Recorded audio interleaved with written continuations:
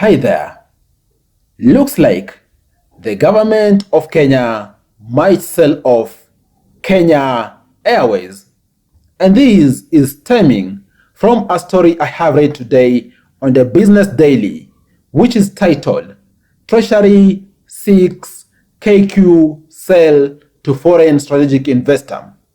This story emanates from a conversation between Chris Kiptoo, who is the Treasury Principal Secretary nominee, and MPs, where Kiptoo told MPs the government will push for a fresh equity investor who is expected to inject capital and offer management expertise in the next phase of restructuring Kenya Airways. I know all of you all have witnessed how in the recent past Kenya Airways has been making insane losses year in, year out. Talk about tens of billions in losses each and every year.